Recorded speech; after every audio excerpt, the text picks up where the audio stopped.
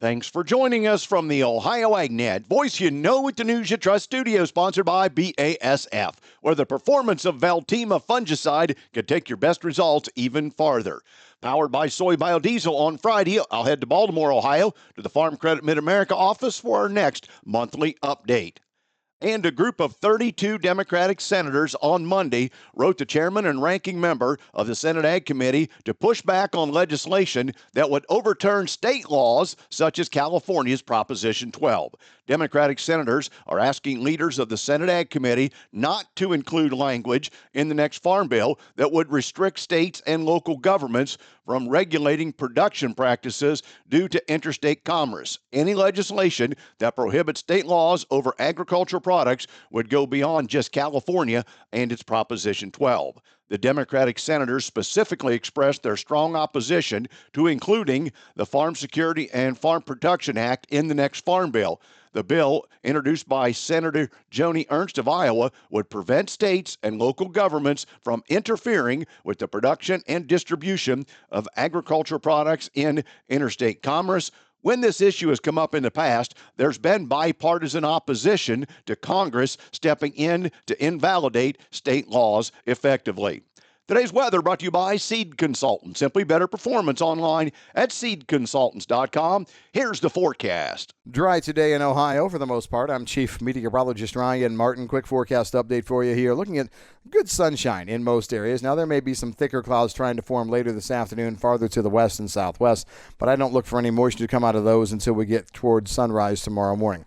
The rest of tomorrow does seem to be cloudier and wetter. On again, off again showers can be here all day long. At this point, I think we can see totals out of this at 1/4 to 3/4 of an inch with coverage at 95% of the Buckeye State. It's going to be a damp Wednesday. Taking a little bit of time off on Thursday, at least to start. Partly to mostly sunny there, but clouds increase quickly. Scattered showers and thunderstorms back by mid to late afternoon and continuing through Thursday overnight. Can see another 1/2 inch of moisture across the state there. I'm meteorologist Ryan Martin. And thanks, Ryan. Back with more after this.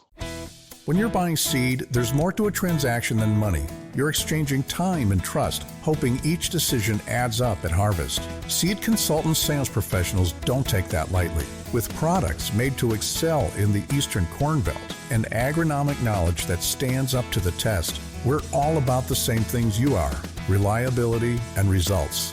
Buy into a better seed experience. Visit seedconsultants.com to view our corn and soybean lineup.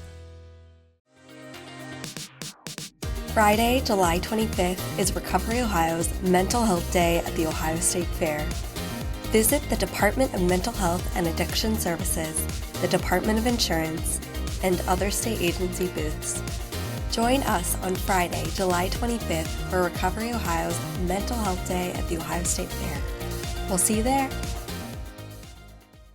Oil futures reversed their early gains on Monday after U.S. President Donald Trump threatened Russia with 100% secondary tariffs if an agreement to end the war in Ukraine is not reached in 50 days. Trump also confirmed that the U.S. will send weapons to NATO to help Ukraine defend itself from Russian attacks. The U.S. dollar index strengthened by 0.246 points to 97.820 against a basket of foreign currencies. Market participants will focus on the June Consumer Price Index data to be released today, as analysts have predicted a higher inflation index due to increased tariffs imposed by the Trump administration on China, Canada, and Mexico and other trade partners in recent months. Time now for the Midday Market Analysis, provided by Leist Mercantile and sponsored by Brandt, helping growers take control for over 70 years. This is Doug Teddy with Leist Mercantile, providing your USDA Crop Progress Report update for the week ending July the 13th. USDA reported that nationally, the corn good and excellent remained the same at 74%, while here in Ohio, our good and excellent slipped to 56%. Nationally, we have 34% of the crop silking, but only 20% of the corn is silking here in Ohio. Nationally, the good and excellent for beans is up 4 points to 70%, with the Ohio good and excellent slipping to 53%. Nationally, beans are 47% blooming, and 15% are setting pods. Here in Ohio, 34% of the beans are blooming, with only 4% of the beans setting pods. Winter wheat harvest nationally has advanced to 63%, In Ohio, we are at 79% harvest for winter wheat. Please visit our website at licensedmercantile.com to learn more about our grain marketing program and crop insurance services. And thanks, Doug. Today's market's brought to you by Seed Consultants. Simply better performance online at seedconsultants.com. September corn unchanged at $4, while December new crop is down a half a cent at $4.17 The August beans are down 2 3/4 at $9.98 1/4. November new crop down a penny at $10.06. On the wheat, September's unchanged at $5.41 Go out to December, also unchanged at $5.62 1/4. In livestock, August cattle up 90 cents at $220.27.